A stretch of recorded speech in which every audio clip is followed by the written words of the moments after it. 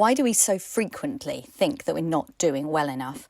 Why is it that we worry incessantly instead of celebrating the milestones that we are consistently hitting? Why do we focus on the negatives instead of the positives? And importantly, what is the impact on that when we're trying to build a new coaching business? Welcome to Action Taker Tribe. I'm Jo Ingram, and today's episode is all about the fact that you are doing better than you think you are. It's time to allow the good, high vibe thoughts that push you forward with enthusiasm and excitement to rise up and allow those negative thoughts to drift away. If you need to take action for your business this fall, you are in the right place. Let's dive in.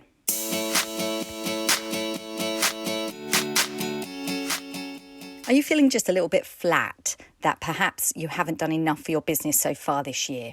If so, I hear you. I've also had those thoughts drift by, and I know nearly everybody does. For some reason, our subconscious always focuses on the negatives as default instead of the positives. And I totally get that because as a type A striving kind of person, that's how I've always defaulted myself. I've always pushed myself in that kind of striving, efforting way and held myself up to impossibly high standards, which of course has always led me to feel not quite good enough. And it's only understanding more recently that what that leads to is not success, but actually stress and burnout and ultimately lower self-worth that has led me to instead start asking better questions. You might be familiar with Tony Robbins' piece about asking better questions and the way that our subconscious actually gets to work immediately on whatever question we're asking. So if you're asking yourself, why can't I do this? Why aren't I good enough to build my business? Your brain will simply give you answers, telling you all the reasons why you're not good enough and all the reasons why you've failed, thereby magnifying the negative thinking. However, if you ask yourself better questions that ask how instead of the whys, well, suddenly that shifts your approach altogether. How questions like, how can I do more to serve my audience? How can I do more to help my clients transform? How can I help? How can I serve? How can I create my first program? How can I start earning money? Not simply, why haven't I? Ask yourself, what is going well? What have I done that I'm proud of? What progress have I made? And I invite you to really think about it. Don't dismiss the questions and think, well, not very much. Instead, really look for it.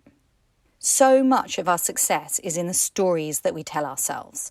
And instead of telling stories that help you fall into a sense of hopelessness or inertia for your business, which of course compounds the act of not achieving, tell yourself a story that things are going well and that what you're doing is making a difference both to other people and for your business. And then you feel inspired to do even more. This came up for me so clearly this week when I thought more about this podcast. When it comes to podcasts, you don't really get much feedback. Unlike when you post on social media where you can get an amount of engagement, when you put out a podcast, not much happens apart from seeing the numbers of people that are listening. There's no button on your podcast app that allows you to instantly send a message to the podcast creator, for example. Now, if you're a regular listener or a new listener to this episode and you're enjoying what you're hearing, please do click the subscribe and review button because that is how I get feedback. Or simply send a DM and let me know that you're enjoying this. Because I must admit that over the last few months, not getting very much feedback has led me to question, is it worthwhile doing this podcast? Is it making a difference?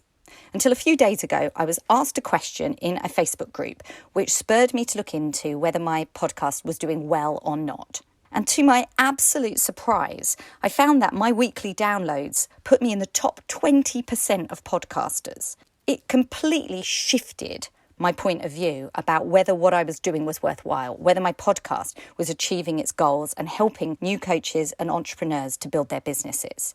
And in the realization that it was going better than I thought it was, new energy came in. The idea for this podcast episode dropped in instantly. And now I've got lots of ideas about more things I want to bring, more value I want to add, and more ways I can help. The number of downloads hasn't changed. It's the same as it was yesterday as it is today, but my attitude has shifted dramatically, and that's simply because that I'm telling myself a different story. Instead of telling myself the story that my podcast hasn't grown very much recently and seems to have a very stagnant number of listeners, I'm now telling the story that my podcast is in the top 20%. It is worthwhile, it is valuable, and if I just stay consistent and give great value, it will grow more. And it's this perception change, once you recognise your successes, that creates new momentum, confidence, and inspiration to do more. It spurs you on to raise your game to a whole new level because you know that what you're doing is making forward progress. And it isn't about comparing yourself to others. It isn't about falling short when other people are going further, better, higher, in your opinion. Instead, it's about creating steady progress and growth for your personal business. And if you're familiar with Maslow's hierarchy of needs, you'll know that personal growth and progress is the ultimate to creating the happiness that we all desire. And if you can recognise your own personal progress and growth, the mindset shift will carry you forward to achieve the goals for your business, make the impact and the money that you desire, and stay lit up every single day. So what are you doing in your business that is starting to make a difference, no matter how small? Have you had your first client this year? Sold something? Perhaps you've identified your avatar or put yourself out there on social media and been brave. Whatever it is, celebrate small and all successes. And let's champion each other to do better and more from this place of excitement and appreciation. So my question to you today is simply, what have you done to be proud of? And know that you are doing better than you think you are. Getting into an enthusiastic and high vibe situation is absolutely the fundamental, most important thing that you do for your business. But second to that is having the foundations in place. And for me, the foundations are very, very clear. It's 3 simple pillars. The first is, what is your purpose and your mission? What is it that you actually do for people? Secondly, who are the people that you help and serve? Have you really identified your perfect avatar so you can both sell to them and create the transformation that they need? And thirdly, how is it you create that transformation? Do you have a killer offer you are proud to shout about? The waitlist is now open for the New Coach Business Accelerator. It's for the new heart-centered coaches who haven't made sales and need clarity on aligning your purpose and your talents with the perfect client avatar and nailing your perfect offer. It's literally time to stop throwing spaghetti at the wall just to see what sticks, and instead have a thorough business foundation so you can create killer content and irresistible offers with ease.